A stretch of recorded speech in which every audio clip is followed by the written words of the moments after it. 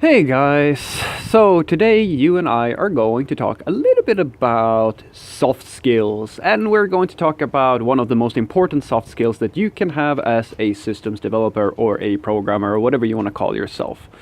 So let's get into it. Now, the reason why this is sparking this little video of mine is basically that just the other day, one of my colleagues who is an absolute genius. He is one of the best operations guys.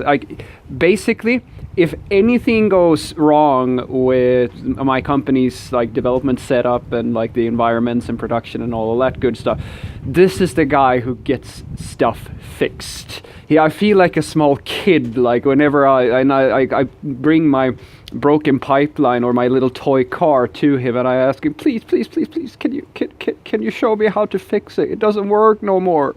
That's basically how it works. He's an absolute genius with this. However, as in terms of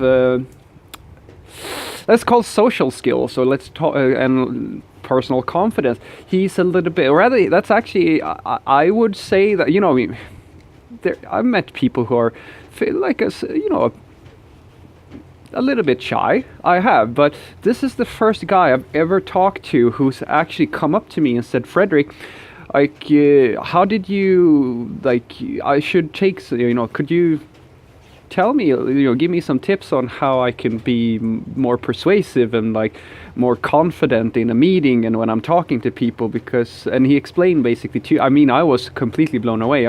How often is it that somebody comes up and says, hey, I have this limitation with myself and my own confidence. You seem to be fairly confident. Can you help me with this? I just stood there and I just listened very intensely because this was a very sensitive moment, I could tell.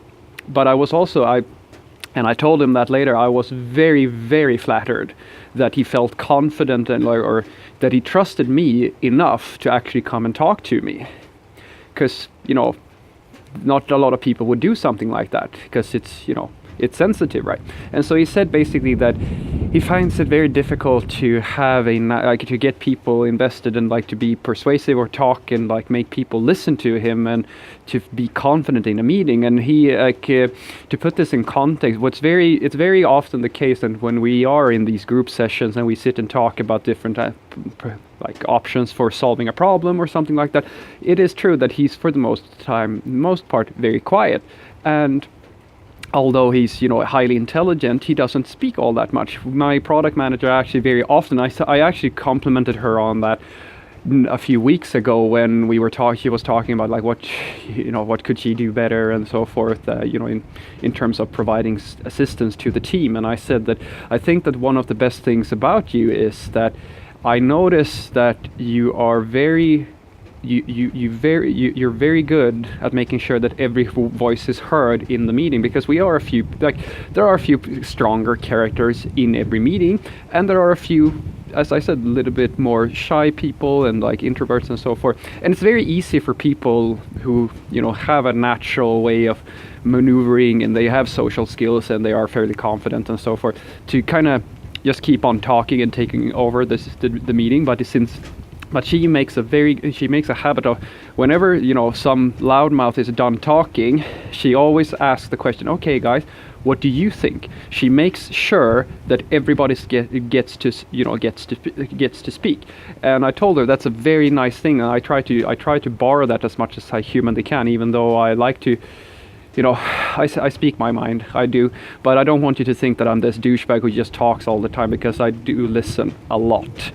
And it's actually, I hope this will be illustrated in what I told my colleague. So he basically asked, okay, what could I do to improve my social skills? And I said, the first thing that you need to understand, in order to be good at talking, if you want people to listen to what you're saying, you have to understand people.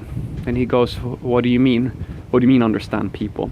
And I said, you see, the problem is if you're just talking, you will bore people in general. If you don't understand who you're talking to, then you need to learn how people work. You need to have the empathy and the perception and the insight and the people experience, if you will. You need to talk and observe a lot of people in order to understand how to speak to them. And I said, that's what I try to do. even though I know that everything I say is not going to be interesting to every single person I talk to, I put a lot of effort into talking and listening and just observing people, so I know how I can speak or in what manner I need to speak in order to communicate effectively with that person. Because I told them, like, think about our sales guys here at the company. When they go into a sales pitch meeting, they prepare. That's more than half their job, to know how to relay some information. Because the thing is that it doesn't matter what they are going to talk about for the most part. It is how they talk about it. It is how they communicate about that thing. And that is something that you learn by observing people and with experience and so forth, and trying to understand how people work and what people find interesting, and what's going to be relevant to a person, and what is, how do I put it, these fine small little pieces of communication basically that go over very well with a certain type of person. Because if you are a salesperson and you do the same pitch to every group that you're trying to sell your product to, you're going to fail on 9 out of 10 of those groups. You need to, and that's what I said, that's half the battle. You need to, or half of it is to understand other people, so you know how to talk to them. And I said, apart from that, it is very important that you understand, and I stole this from, I think it's one of the best tips I've ever gotten, and that is from a comedian who, he's dead now unfortunately, but his name is Carlin, and he said in one of his interviews, which I watched, he said that when it comes to comedy, he sings with words. And my colleague asked, what do you mean sings with words? Well, I told him that one of the worst things you can do if you want to keep people listening to what you're saying, it is important that you use your tone of voice in an effective manner, so that your tone of voice reflects what you're saying, and you use it in order to, basically it's like a wave. It's like singing. If you listen to song, people actually fluctuate between highs and lows. There's peaks and pits in a song, and when the singer is singing.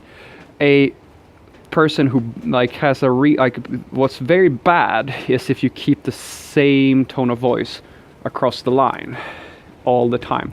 That's really, I told him, that's basically like listening to elevator music. It's not going to excite anybody. It's not going to grab anybody's attention. And finally I said, start understanding that using your hands and talking to people, making eye contact, and all these subtle little things are very important. But above all else, you need to practice it. And he asked, what do you mean practice? Well, easy. Do what I do. And he asked me, well, okay, Fred, what do you do? I stand like a weirdo right now I'm outside and it's actually raining. I stand outside every single day and I talk to my phone. That's what I do. I just talk to my phone over and over and over. I talk to people and I talk to my phone, and I put it out there on the internet. And he said, oh, but aren't you afraid of people trolling you and so forth? And I said, yeah, sure. It's not, if you get trolled or you get, flamed or hated for what you do, that's not great. But and I told him, but if, let's say that you should be doing this too. If you want to get really good at talking and feel comfortable in your own skin, force yourself to watch yourself talk, because most people don't even like hearing the sound of their own voice. But when you start filming yourself and you're just having a conversation like that, you can make your videos. I told them, you can make your videos private and just watch them yourself. But just by observing yourself and doing this over and over and over, you will feel that it gets more natural and it gets easier for you to communicate. All these other little tricks won't matter much if you don't practice it, and it's very tricky to practice something if you're not if you're not actively doing so.